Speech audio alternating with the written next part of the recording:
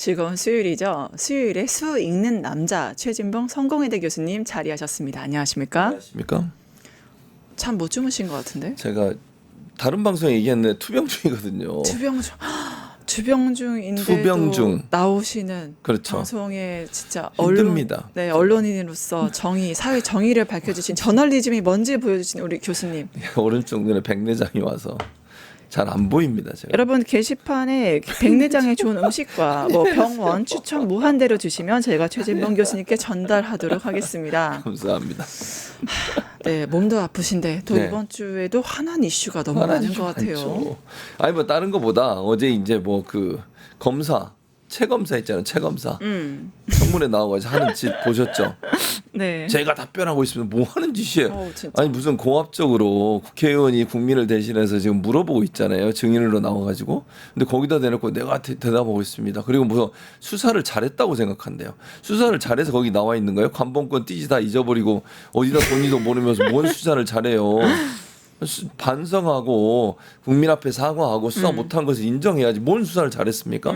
아니 관본권의 띠지가 없어졌는데 증거를 원형 보존해야 될 증거가 제대로 보존이 안 됐잖아요. 자기가 팀장이고 책임자고 그러면 인정을 하고 미안하다고 하고 죄송하다고 그래야지 뭘 잘했어요 수사가. 그리고 무슨 국회의원 마이크 올리는 거 봤죠? 어처구니가 없었어요 진짜. 그러니까 이 검사들은 특권 의식에 쩔어 있다. 그렇기 때문에 검찰 개혁을 해야 되는 거예요.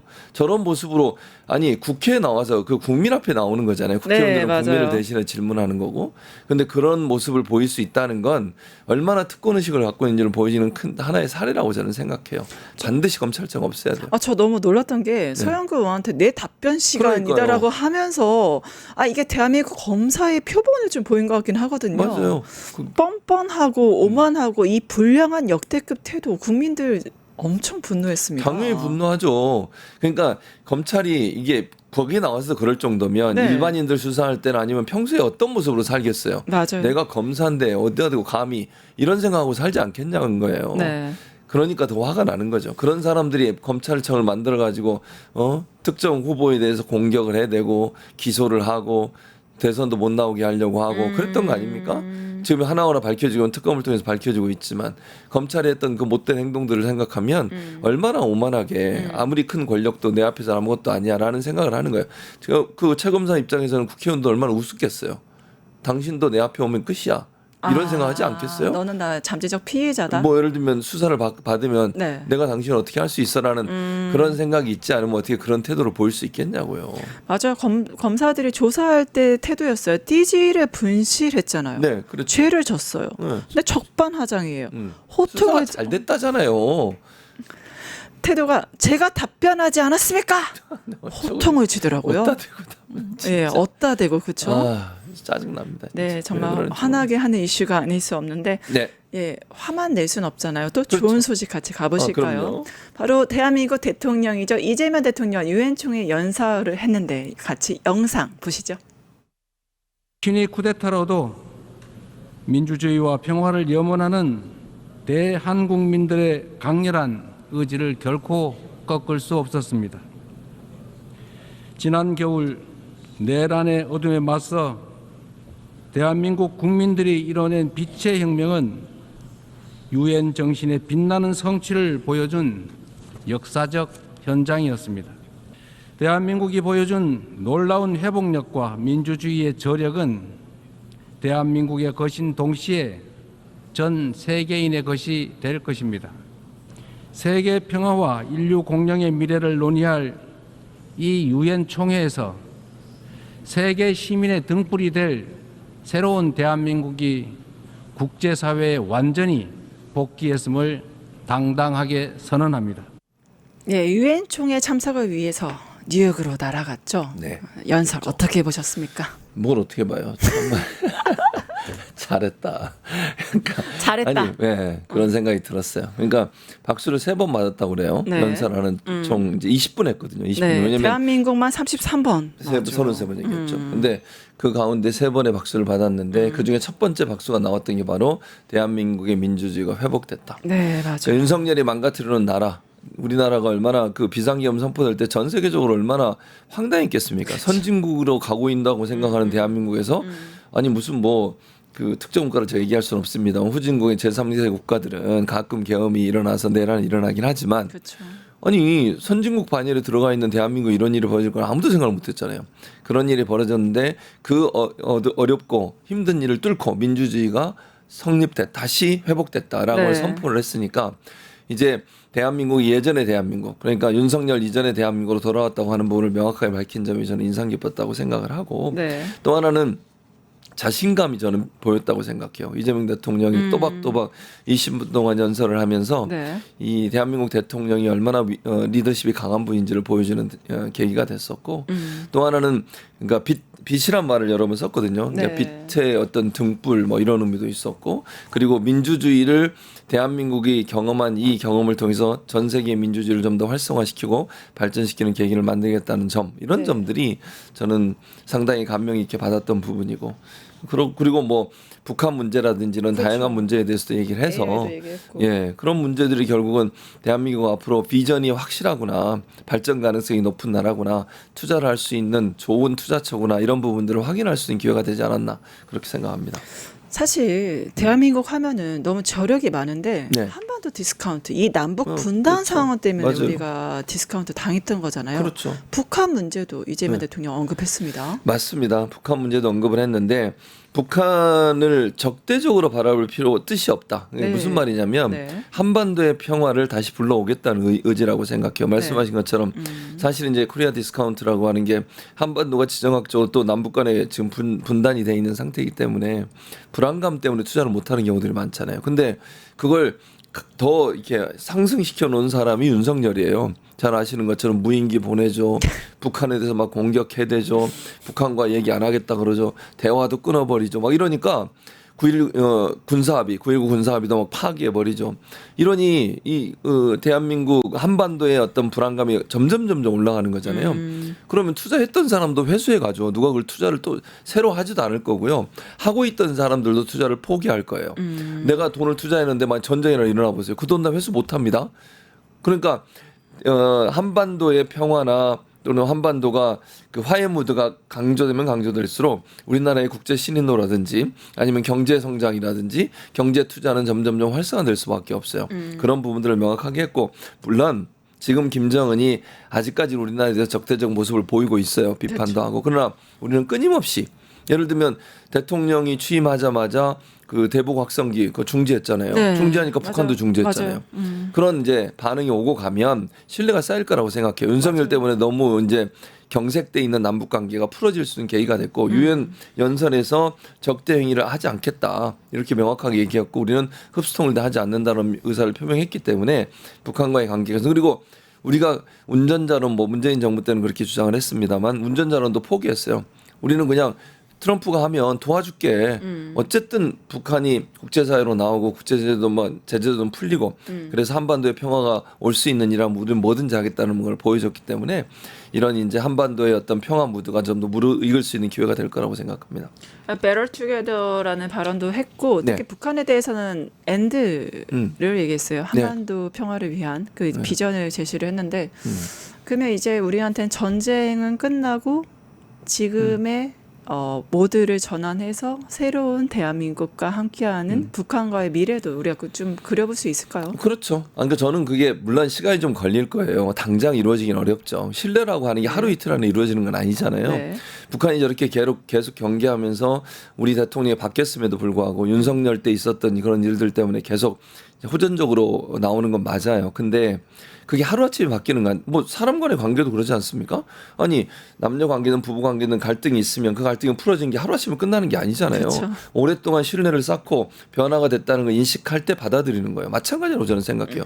남북 관계도 이런 신뢰가 하나하나 쌓이면 우리가 일관되게 초지일관 동일한 모습을 보여주면 북한도 변화될 거고요. 또 북미 관계 개선이 이제 북한의 가장 중요한 이슈 아니겠습니까? 네. 그런 부분을 우리가 도와주는 거예요. 우리가 나서지 않더라도 트럼프와 김정은이 만나서 대화하는데 우리가 판 깔아주고 역할도 해주고 이러면 북한 입장에서는 당연히 우리에 대한 신뢰가 높아질 거예요. 그렇게 됐을 경우에 저는 이제 한반도의 평화 무드가 올 거다 이렇게 생각합니다. 이재명 대통령이 국제사회에 네. 우리 민주 대한민국 국제사회에 복귀했어. 그래서 박수를 받았잖아요. 그랬죠. 트럼프는 질투가 난 걸까요? 트럼프. 유엔 총회 연설 네. 트럼프 들어보면요. 그러니까 자기 자랑인데 네. 전쟁도 유엔도 못하는 걸 내가 끝내고 있다. 음. 지금 우크라이나 전쟁 때문에 러시아 마음에 안 들어. 잘 못하고 있어. 온갖 비난만 하거든요. 하고 있죠. 유엔이 제대로 역할을 못 한다고. 네. 나한테 전화 한 번 안 했다고 그러고 이게 뭐 하는 짓인지 모르겠어요. 그러니까 트럼프 대통령은 좀 이해가 안 돼요. 저는 개인적으로. 네. 그 최근에 H1 비자 그 취업 비자 100배로 올렸잖아요. 저도 예전에 미국에서 교수할 때 H1 비자를 받았었거든요. 네.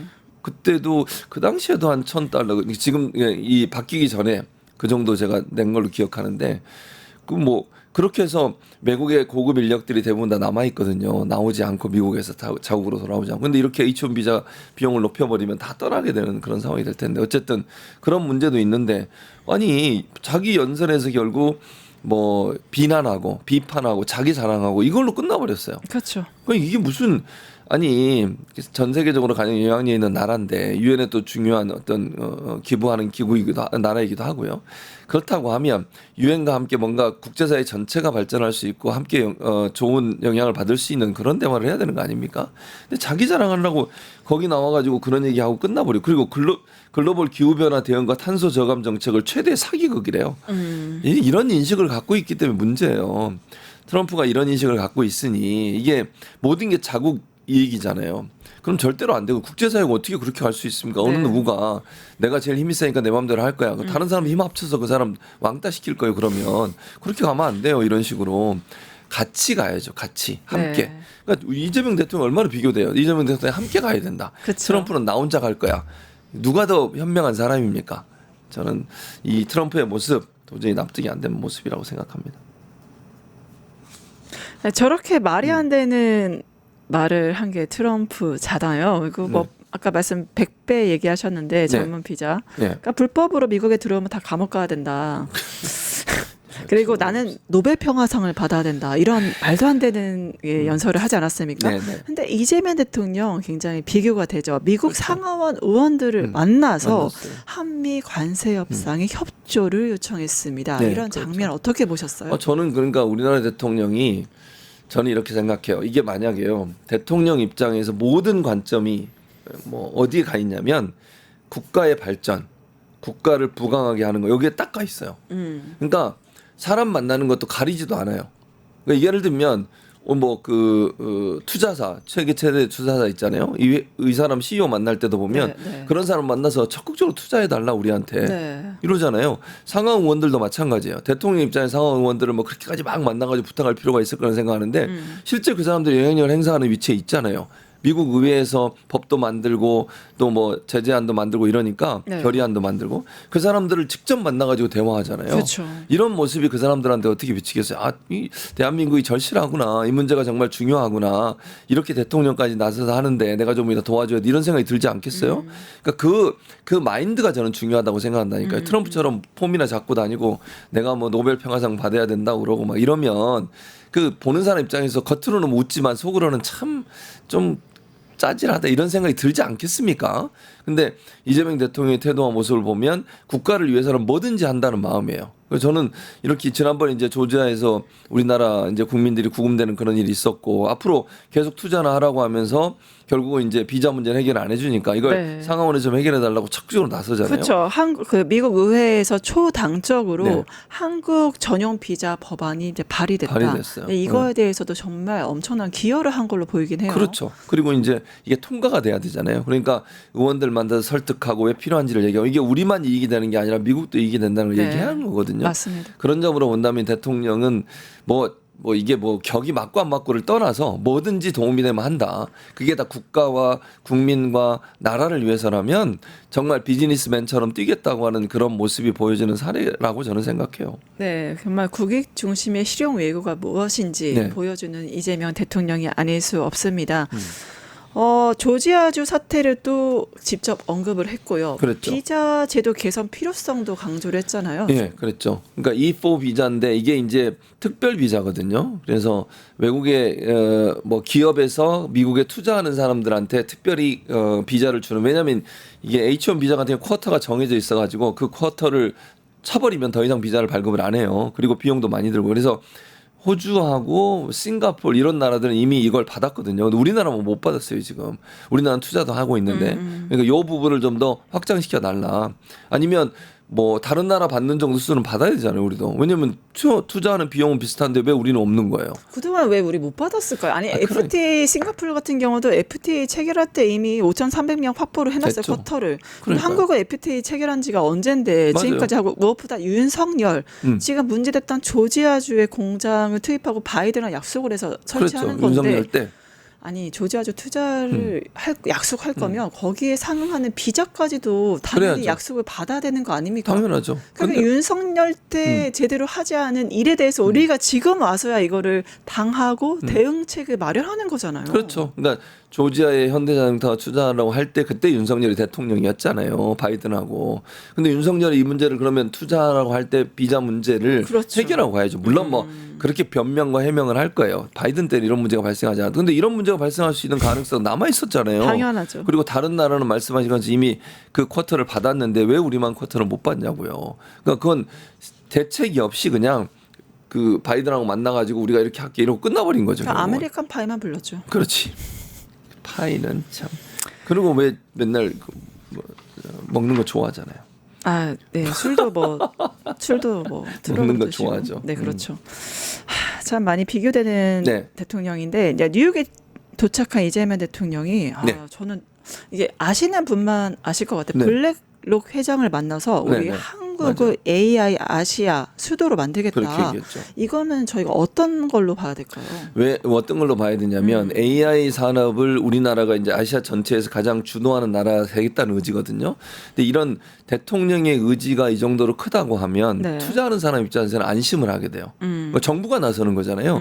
예를 들면 이 투자 회사 같은 경우는 블랙록이라고 하는 투자 회사인데 이게 전 세계 가장 돈이 많은 자산이 많은 이런 데서 한번 투자하겠다고 결정하는 건 조 단위예요. 조 단위. 결국엔 세계 최대 자본이 한국에 한국으로 줄을 들어오는 선 거죠. 거네요. 그렇죠. 네. 근데 그렇게 할 수 있었던 게 뭐냐면 대통령이 직접 나서기 때문이에요. 아, 예. 정부가 보장을 하는 거잖아요. 그러네요. 예를 들면 기업에서 누군가 유치를 해가지고 우리 기업에 투자해줘 이러면 불안하잖아요. 이 그쵸. 기업이 망하면 어떡하지? 네. 또 혹시나 무슨 일이 발생하면. 근데 정부가 뒤에서 보장하고 우리가 함께 하겠다고 얘기하면 투자하는 사람 입장에 얼마나 안심이 되겠어요. 네. 대한민국 정부가 우리나라가 경제 수준이 뭐 10위권 안에 들어가니까 그렇다면 그런 나라의 대통령이 직접 얘기할 정도면 내가 투자해도 안심되겠구나라고 생각해 투자를 하는 거예요. 그러니까 우리는 AI 산업을 활성화시켜야 되고 발전시켜야 되는데 자본이 없잖아요. 부족하잖아요. 우리도 물론 펀드를 만들어서 합니다. 100조 원 정도 네. 펀드를. 근데 그것뿐만 아니라 더 많은 돈이 투자가 돼야 좋은 인력을 데려와서 지금 그렇지 않아도 H1 비자 때문에 고급 인력들이 갈 데가 없어요. 네. 미국 나오면 우리도 많이 유치할 거예요. 이거 오늘 어젠가 강훈식 비서실장이 그 얘기했거든요. 부처별로 고급 인력들이 있으면 영입해서 네. 우리나라에서 개발할 수 있도록 하자. 근데 돈이 필요하잖아요. 근데 그 투자 자금을 우리가 부족하니까 외국에서 끌어온다고 하는 건 네. 우리가 AI의 아시아에서 AI 선도국가 될 수 있는 좋은 기회를 마련할 수 있고 또 이렇게 외국의 자본이 투자가 되면 네. 더 많은 인력들이 들어올 수 있고 고급 인력이 들어올 수 있기 때문에 어제 이제 MOU도 체결했더라고요. 그런 점으로 본다고 하면 대통령의 비즈니스 마인드가 또 한 번 결실을 맺은 결과였다고 생각하죠. 네, 결국에는 이제 뉴욕에서의 우리 AI 수도로서 변모하는 대한민국을 기대할 수밖에 없지 않을까. 네. 그래서 굉장히 희망적입니다. 정말 애민 정신도 대단하신 것 같아요. 재외동포들을 만났죠. 그래서 만났어요. 여러 가지 경청을 하고 대책을 냈어요. 사실 재외동포들이 특히 미국에 계신 분들이 요즘 캐대헌 때문에 네네. 자신이 한국어를 할 수 있다는 자부심을 갖게 되고 K컬처 때문에 그러지만 또 우리 대통령이 너무 일을 잘해서 대한민국 국격이 올라가니까 네. 내가 영어뿐만이 아니라 한국계라는 게 그리고 한국어를 구사할 수 있다는 게 너무나 큰 자부심이다. 이런 얘기가 나오거든요. 맞아요. 그럴 수밖에 없죠. 그러니까 예전에 제가 미국에 있을 때는 그 대한민국이라는 나라를 잘 몰라요. 그러니까 반대로 얘기하면 우리나라 사람들은 미국이라는 나라를 다 알아요. 거의 모르는 사람이 없어요. 두 번째, 미국 대통령이 누군지도 다 알아요. 근데 반대로 미국 가서 물어보세요. 코리아 알아? 그러면 노스 코리아 이래요. 불행하게도 그 당시 물론 제가 있을 때는 그때 이제 그 핵 관련해서 북한에 대한 이슈가 많아서 그런 건데 그러니까 사우스 노스 코리아가 분리된 것도 잘 모르고요. 대한민국 대통령 아는 사람 거의 없어요. 네. 한국에 많은 관심 있지 않으면. 네. 그러니까 이재명 대통령 시대에 들어와서 이제 뭐 100일 조금 넘었지만 네. 이재명 대통령 이런 모습이 결국 뭐 외국의 우리나라의 대통령이 누군지 또 대한민국이 어떤 나라인지를 각인시켜 줄 수 있는 좋은 기회가 되고 네. 그렇게 되면 이 외국에 살고 있는 한국 입장에서는 위상이 올라가죠. 네. 그래서 예전에 제가 살 때는 다른 걸로 위상이 올라간 게 아니고 전자제품으로 위상이 올라갔었어요. 잘 못 느끼실 텐데 네. 예를 들면 야 삼성 어느 나라 건 줄 알아? 이렇게 물어보면 그때 놀래요. LG가 어느 나라 건 줄 알아? 왜냐하면 당시에 제가 있을 때는 미국에서 이제 전자제품이 소니보다 삼성이나 LG가 훨씬 나았어요. 특히 가전제품도 LG 네. 정말 선호하시던데요. 그러니까요. 그러니까 LG나 삼성은 알아요 다. 왜냐면 집에 다 있으니까. 있으니까. 그 가전. 근데 그게 어느 나라에서 만드는지 몰랐다가 그걸 몰랐군요. 몰라요 잘. 왜냐면 이제 그건 미국에 있는 그 전자제품 가게에서 파니까. 네. 근데 그걸 물어보면 그거 코리아에서 만든 거야, 우리나라에서 만든 거야라면 놀래요. 그러니까 그러면서 한국을 이해하는 거예요. 아 한국이란 나라가 이렇게 기술이 발전하고 있구나. 네. 이렇게 전자제품을 잘 만드는구나. 근데 이번에는 이제 대한민국의 민주주의가 꽃을 피웠기 때문에 그 민주주의 때문에 한국을 또 인식하는 거죠. 내란이 벌어졌었고 그걸 국민의 힘으로 국민의 힘이라면 안 돼. 이 말이 이 당 이름을 왜 그렇게 지어놔가지고 국민들의 네, 국민들의 힘. 네. 국민의 짐이 아니고 네. 국민들의 힘으로 내란의 힘이 아니고. 그리고 이재명 대통령의 지도력으로 달성이 됐잖아요. 그런 점들을 이제는 인식하게 되고 그러니까 저희 국민들한테 했던 말 중에 제가 가장 인상 깊었던 말이 뭔지 네, 아세요? 네. 우리가 내란을 겪을 때 제국공표들이 얼마나 걱정을 많이 했습니까? 대한민국에 대해서.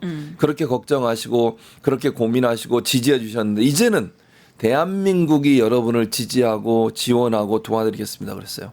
돌려드리겠다고. 정말 너무 든든했을 것 같아요. 제외 동포들 입장에서는 눈물 났을 거예요. 그 얘기 들으면서. 네. 진짜 외국에 살면 제가 뭐 여기서도 얘기했는지 모르겠는데 저는 미국에서 교수를 했잖아요. 네. 그 주립대 교수에서 그래도 네. 상류 계층이나 할 수 있는 거 아니에요? 뭐 예를 들면 뭐 직업의 귀천은 없지만 네. 주류 사회의 일원이 됐다고 생각하지만 그래도 차별이 있어요. 그 안에도. 아, 당연하죠. 그러니까 네. 일반 이 제외 동포들 미국에 사는 우리 국민들 같은 경우에는 그걸 끊임없이 느끼며 살아요. 네. 근데 이 대통령이 와서 우리가 당신들의 든든한 뒷배경이 되어드리겠습니다. 우리를 믿고 대한민국이 여러분을 지지하고 지원해드리겠습니다라고 얘기를 들었을 때 네. 얼마나 그분들이 감동했을까 그런 생각이 들었습니다. 네, 결국엔 다 같은 국민이다. 이제 제외 맞아요, 교포들도 맞아요. 그렇죠. 우리 소중한 국민이기 때문에 또 이제 선거의 꽃은 투표 아니겠습니까? 맞습니다. 그래서 제외국민 투표도 이제 개선하겠다. 여러 예. 가지 희망적 메시지를 좀 주신 것 같아요. 그러니까요. 그러니까 대한민국 국민이라고 하는 자부심을 느낄 수 있는 때가 언제냐면 투표할 때요. 그쵸. 내가 대한민국의 지도자들이나 뭐 일할 사람들을 뽑는데 내가 한 표를 행사할 수 있거나 그건 네. 대한민국 국민이라는 거야. 미국에서는 못 하잖아요. 미국 시민들이 아니니까. 그렇죠. 근데 그거를 사실은 투표하는 게 너무 힘들어요. 네, 투표하기 너무 힘들다. 네. 제 개선 좀 해달라. 항의가 많았다고 해요. 맞아요. 왜냐면 이제 한 곳에도 막 영사관에 사는데 네. 거기 가려면 이제 뭐 예를 들면 제가 텍사스 주립대 교수할 때도 텍사스가 끝에서 끝에 가는데 차로만 6시간 걸려요. 그러면 이제 투표하러 가는데 비행기 타고 가야 되고 영사관이 또 모든 지역에 있지 않잖아요. 영사관이 없는 지역에 사는 분들은 비행기 타고 가서 투표를 해야 되고 그래야 네. 돼요. 그러니까 이걸 어떻게 해결할지 하는 부분에 대해서 고민을 많이 하고 네. 투표 제도를 좀 개선해 보겠다. 뭐 예를 들면 지금 그냥 아이디어 뭐 대통령이 구체적으로 얘기하진 않았지만 네. 아이디어 차원에서 뭐 좀 잘 준비를 해야겠지만 온라인으로 투표하는 방법이라든지 예컨대 뭐 그게 어려울 수는 있을 거예요. 다만 네. 또 뭐 투표를 하더라도 좀 더 장소를 촘촘히 만든다든지 뭐 현장에 가서 투표를 받는다든지 뭐 이런 여러 가지 방법들이 있을 수 있는데 물론 공정성을 기하기 위해서 잘 준비를 해야 될 거예요. 그러나 대통령의 의지 자체는 투표가 좀 더 쉽게 이루어질 수 있도록 하는 방안을 찾아보겠다고 했으니까 그런 부분에는 개선도 있을 거라고 생각합니다. 네. 유엔 총회 연설을 보면서 그리고 이렇게 행보를 보면서 국민들이 나 진짜 투표 잘했다. 효능감도 느꼈을 것 같고 네. 대한민국 국민인 게 너무 자랑스럽게 그렇죠. 느껴졌을 것 맞아요. 같아요. 우리 한반도 하면 항상 안보 문제, 맞아요. 이 남북 분단 문제가 발목을 잡지 않습니까? 그렇죠. 거기에 대해서도 이제 어제 이제 송영길 대표가 나왔었는데 트럼프와 김정은 판문점에서 만날 수 있다 이런 귀뜸을 해주시더라고요. 가능성이 전혀 없지 않다고 생각해요. 네. 그러니까 물론 에이펙에 김정은이 올 수는 없을 거예요. 그거는 뭐 제가 볼 때는 불가능할 거라고 생각하고. 근데 트럼프하고 시진핑이 오잖아요. 시진핑 주석하고 트럼프 대통령이 와서 서울에 머물러 서울의 정상회담을 할 것 같아요. 두 사람이. 그리고 나면 서울에 일정 부분 머무는 시간들이 있잖아요. 지난번에도 마찬가지예요. 판문점에서 김정은하고 트럼프가 지난번에 만났을 때도 갑자기 만난 거예요. 그거. 트럼프가 그렇죠. SNS에 일본 갑자기 제안했죠. 만나자고 하니까 반응이 왔고 그래서 일본 방문했다가 갑자기 와서 만난 거거든요. 저는 가능성이 있다고 생각해요. 김정은 입장에서 판문점에서 만나는 큰 부담이 안 돼요. 왜냐면 자기 나라 땅이잖아 어쨌든. 선만 건너면 되죠. 선만 건너면 되니까.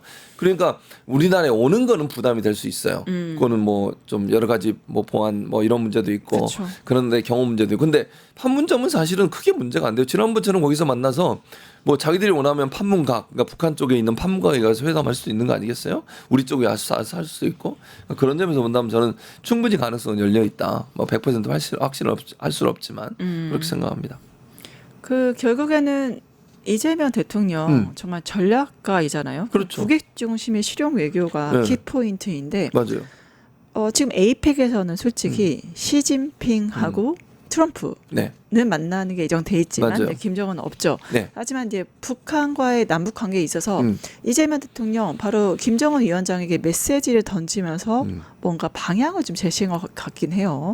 근데 그러니까 이게 이재명 대통령이 던졌을 때 김정은이 반응이 올 거냐 네. 하는 부분은 좀 의문이 있긴 해요. 네. 왜냐하면 아까도 말씀드린 지금은 남북 관계가 경색 상태라 네. 북한이 약간 이제 우리나라에 대해서는 적대시하고 있거든요. 다만 되게 냉랭하죠. 그렇죠. 네. 근데 미국에 대해서는 뭐 열려 있어요. 그러니까 제가 그냥 생각할 때 지난번처럼 트럼프와 김정은 간의 그 대화 이게 바로 될 가능성이 있다. 그러니까 우리가 뭐 자리를 마련해 주거나 우리가 또 두 사람 만날 때 옆에 가거나 이럴 수는 있다고 저는 생각하거든요. 네. 지난번에도 보면 트럼프 대통령과 김정은이 만나기 전에 뭐 문재인 전 대통령께서 함께 갔잖아요. 판문점에. 그렇죠. 그런 모습은 보일 수 있다고 저는 생각해요. 그래서 지금으로서는 우리가 중간에 끼어서 다리를 놓기는 약간 좀 어려운 상황이다. 이거는 북한이 우리를 대하는 태도가 그렇다는 말씀을 드리는 것이고요. 네. 다만 미국과 북한은 언제든지 만날 용의가 있는 걸로 보여요. 김정은도 트럼프를 만나는데 용의가 있는 걸로 보여요. 그러면 트럼프가 예를 들면 SNS나 아니면 뭐 비공식 루트를 통해서 우리가 또 전달할 수도 있고요. 네. 남북 통신망을 통해서 트럼프의 의견을 들어서 그렇게 해서 우리가 자리를 깔아줄 수는 있다고 저는 생각하거든요. 네. 그런 점에서 본다면 우리 정부가 역할을 하는 거죠. 드러나든 드러나지 않든. 네. 이재명 대통령이 뭐라 그래서 페이스메이커가 되겠다는 거 아니겠어요? 그쵸. 그럼 드러나지 않고도 하겠다는 거예요. 우리가 뭐 안 드러나도 돼. 상관없어. 그냥 관계 개선만 해. 그것이 한반도 평화를 이루는 일이고 북미 간의 관계가 개선되면 우리의 관계도 개선되는 거예요. 북한은 어차피 우리의 도움을 받아야만 북미 간 관계를 더 개선할 수 있거든요. 네. 우리가 또 역할을 해줘야 되고 반드시 해야 돼요. 그러니까 그거는 북미 간의 관계가 개선하면 자연스럽게 따라오는 문제이기 때문에 우리가 막 나서지 않아도 되고 우리가 드러나지 않게 일을 해도 이재명 대통령 입장에서는 만족할 거라고 생각합니다. 네, 당신은 피스메이커, 나는 페이스메이커. 정말 전략적인 발언이 아닐 수가 없는데 맞아요. 북미 정상회담이 이루어져야 남북도 뭔가의 희망이 보인다라는 느낌이 당연하죠. 들긴 합니다. 그렇습니다. 또 우리 국방 관련해서 말을 해서 굉장히 이슈가 됐었죠. 그랬죠. 외국군 없이 자주 국방을 불가능하다는 생각은 굴종적 사고라고 말했어요. 당연하죠. 네. 그게 저는 맞다고 생각해요. 그러니까 자주국방을 우리가 얼마나 외쳤습니까? 많이 들어보셨죠? 네, 한 변호사님도 아주 어렸을 때부터 자주국방 얼마나 외쳤어요. 맞아요. 그러니까 우리가 그 정도의 능력은 갖고 있다고 저는 생각해요. 그리고요. 그러니까 미국이라는 나라가 우리나라를 도울 거예요. 저는 그렇게 생각해요. 동맹이잖아요. 네. 그러니까 미국이 우리를 돕는 건 당연하고 그 과정에서 우리나라에 주둔하지 않아도 그건 충분히 가능한 문제예요. 네. 예를 들면 괌이라고 하는 나라에서 우리나라 날라오는데 비행기로 금방 와요. 전투기가 만약 떠서 온다고 생각해 보세요. 전략적으로 또는 오키나와에 있는 미군이 우리나라에 투입될 수도 있는 거죠. 그러니까 반드시 상주해야 될 필요가 있겠냐 하는 부분이에요. 네. 두 번째는요.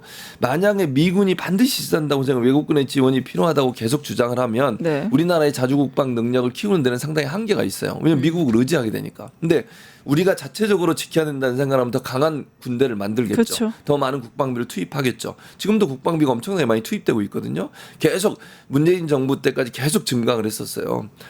계속 그런 상황이기 때문에 제가 볼 때는 자주적으로 지킬 수 있고 자주국방이 가능하다는 것은 우리 인식 속에 있어야 된다. 그러나 아까도 말씀드렸지만 그렇다고 이재명 대통령이 그러면 한미 간의 군사동맹을 뭐 파기한 이건 절대로 아니에요. 그건 오해예요. 그러니까 한미 동맹을 근간으로 하되 그렇죠. 우리는 전 세계 국방력 5위이기 때문에 네. 자체적인 국방 시스템과 우리 자력이 필요하다. 자주가 당연하죠. 필요하다. 당연하죠. 그런 관점에서 얘기한 거예요. 네. 그러니까 그게 뭐 미군을 뭐 철수해라 이런 의미가 아니고요. 네. 우리 자체적으로 충분히 지킬 수 있고 우리 자체적으로 국방력을 가지게 되면 충분히 가능하다는 걸 얘기하는 것이고요. 강한 군대를 육성하기 위해서 그게 그런 자세가 필요하다는 얘기를 하는 거예요. 네. 그러니까 외국인이 없으면 우리는 자주국방이 불가능하다는 생각은 버려야 된다. 물론 아까도 전제로 제가 말씀드렸어요. 한미 간의 동맹은 계속 가는 거예요. 군사 동맹은. 그걸 뭐 깬다고 생각하거나 이 발언 가지고 또 꼬투리를 잡을 수 있으니까 제가 말씀을 드리는 거예요. 한미 동맹과 함께 하면서 자주국방의 능력을 키우는 것이니까 그 관점에서 봐야 되는 게 맞다고 생각합니다. 네, 이제 마지막 질문이 될 것 같은데요. 네. 자, 이 세상 모든 워딩, 특히 지도자의 워딩은 의미가 다 있죠. 그렇죠. 그러면 왜 유엔 총회를 바로 앞두고 이재명 대통령이 그 시점, 지금 시점에서 자주국방을 얘기했을까요? 왜냐하면 사실은 이제 미군 같은 경우에 또 미국 같은 경우 우리에게 그 방위비 분담금을 많이 내라고 그러잖아요. 우리도 카드가 있어야 될 거 아니에요.